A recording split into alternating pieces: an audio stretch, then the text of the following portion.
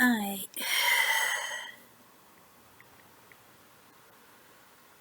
Fifth one.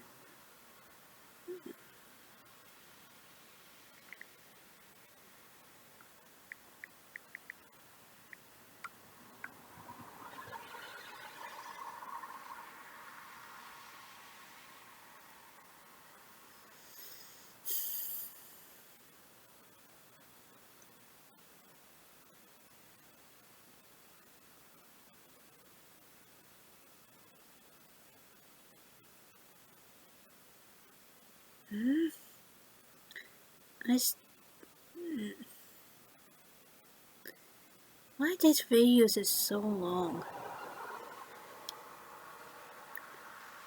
Let's do the twisted lies of teen that lead to the murder.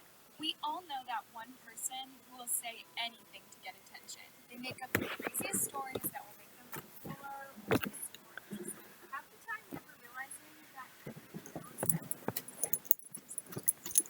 I had to go other side, guys. habitual attention seeker who is so confident in her ability to lie and manipulate her way out of any situation, she thought she could talk her way out of first-degree homicide. Let's dive in. Ezra McCandless was born Monica Kay on October 6, 1998. Her mom, Rosalina Dempsey, was only 14 when she gave birth to Ezra, but tried her best to raise her. Ezra's biological father was pretty much never involved in her life, but that didn't matter that much to her because when she was 4 years old, her mom married a man named Joshane Carlin. Joshane adopted Ezra and raised her as his own, keeping a close relationship with her even after he and Rosalina got divorced when Ezra was 12. To this day, she considers Joshane to be her father. Ezra was a super creative person and loved photography and art. In high school, she began to question her gender and for a short time identified as male and used he/him pronouns. Later, she returned to living as a female, but legally changed her name to Ezra McCandless. I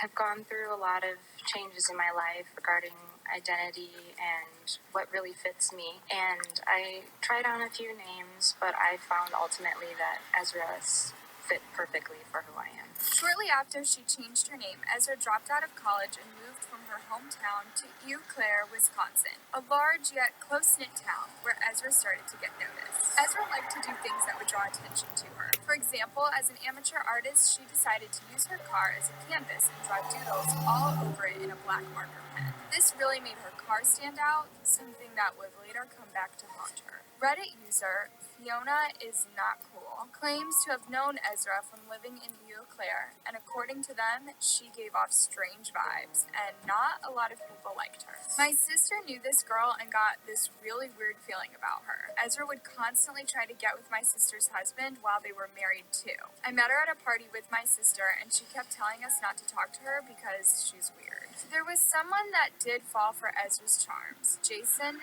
Mengel. Jason Mengel was 33 when he met 19-year-old Ezra at the end of summer 2017. The two hit it off right away and got to a romantic relationship which moved super fast. After only 8 months, they were living together and even talking about marriage. She kept me energized, and she kept me doing things, and I was very spur of the moment too. Things seemed to be going well for them, even though Jason was often away for work as a medic in the Army Reserves. Little did Jason know, cracks had already begun to form in their relationship just 2 months in. In October 2017, Ezra discovered that she was pregnant and decided not to go through with it. Shortly after that, she began cheating on Jason with a mutual friend, Alex Woodworth. Alex worked at a coffee shop that Ezra and Jason were often seen at and worked part-time as a teaching assistant. He was passionate about philosophy and dreamed of going to college to study the subject. He befriended Ezra and Jason after they started dating, and Jason kind of blames himself for Ezra getting too close to Alex. I kind of pushed them together at one time because I knew they both had similar viewpoints. He had some things in his life that I figured she could help him with, and I thought he could help her with things in her life. In March 2018, Jason was away for work and keeping in contact with Ezra. During this time, she claimed that one of Jason's friends got her intoxicated and violated her more than once. Jason reported this to the police on Ezra's behalf, who took the allegations very seriously. However, there was a key witness who did not corroborate Ezra's story, Alex. When interviewed by the police, Alex denied that Jason's friend had done anything non-consensual to Ezra. He even had text messages to prove it, showing that Ezra had been with the friend but regretted it after. The case was ultimately closed, and then Jason found out about the relationship between Ezra and Alex. Jason was furious and confronted them, resulting in an argument that took place at the very coffee shop where they'd all bonded as friends. In the end, Ezra broke up with both men and decided to go and stay with her mom for a while. They all thought that was the end of it, if only it was. On March 22nd, 2018, Ezra randomly showed up again in Eau Claire with no warning, looking for Jason. She found him at their old haunt, the coffee house, where she surprised him. She had some old journals to give to Alex as a way of reclaiming her identity and getting her life back on track. Reportedly, she decided she wanted to get back together with Jason and was willing to do anything to make that happen. Jason had a feeling that something wasn't right. Ezra then drove to Alex's house, and feeling weird about her sudden appearance, Jason followed her car on his bike. Ezra left her recognizable car with the door open and the engine running outside Alex's house while she was inside, which Jason thought was super strange. When a neighbor saw Jason poking around Ezra's car, they called the police. Everything okay here? Somebody called us kind of worried because they saw Jason come over here and he was going in the car and they weren't sure what was going on. The police left without investigating further. Nobody knew that 3 hours later, Alex would be dead. Alex and Ezra got into her car and started driving. No destination in mind, just taking some time to talk about all they've been through. We'll never know what truly happened during their conversation, as we only have Ezra's side of the story. According to her testimony, she arrived that day intending to end things with Alex for good, so she could move on with Jason. She told him this during the drive, and it made him lose his mind, totally furious that she was choosing Jason over him. They stopped on a muddy road just outside town, and that's when things became physical. According to Ezra, Alex produced a knife, grabbed her left arm, and carved the word boy into her skin. Then Ezra grabbed the knife by the blade and used it to defend herself, stabbing Alex wherever she could. After that, she walked away from the scene, leaving Alex to die, and came across the home of Don Sipple, a dairy farmer. He took Ezra in and looked after her while he called the police. She told him that she'd been attacked and couldn't remember who she was. Ezra was taken to the hospital for her injuries, and straight away the authorities were suspicious. The injury on her arm seemed odd. Alex was right-handed and Ezra was sitting in the driver's seat. That meant he'd had to reach across the console, grab the arm furthest away,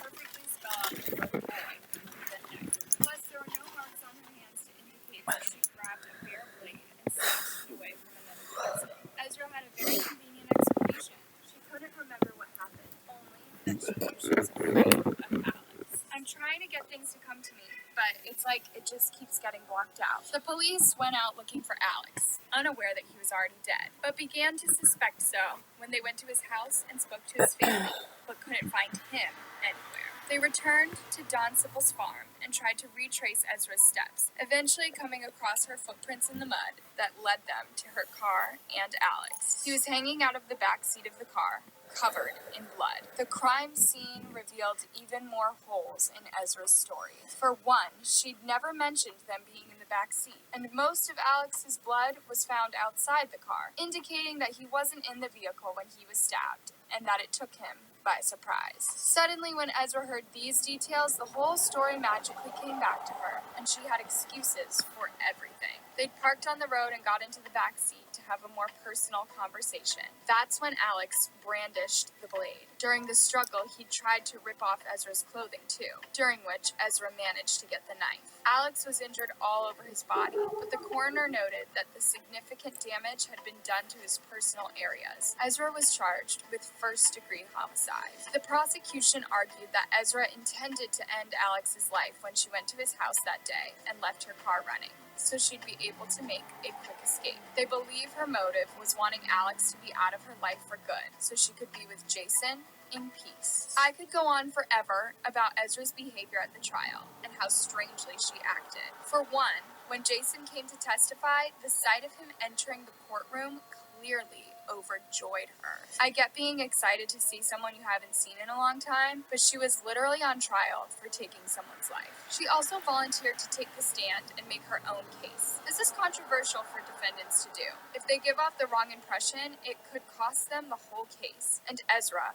did not give off a good impression. When she was on the witness stand, it didn't seem real. She just seemed at times to be enjoying it. There were times on the witness stand where she was smiling or joking. Ezra was found guilty and given a life sentence with the possibility of parole after 50 years. Straight away, her family started an appeal and a GoFundMe page to pay for her legal fees, but it only received $50 before being taken down. Now they continue to fund Ezra's appeals by selling her artwork on her Instagram page. Despite all the attention Ezra's gotten, Alex's aunt wanted to emphasize during the sentencing, this was about Alex. There's so much to life he had yet to experience, and you, Ezra, took that away from him, selfishly. That brings us to the end of today's video. What do you think of this case? How much of Ezra's stories do you believe? Wow, okay. I will see you guys my 6th one, so I'll see you then.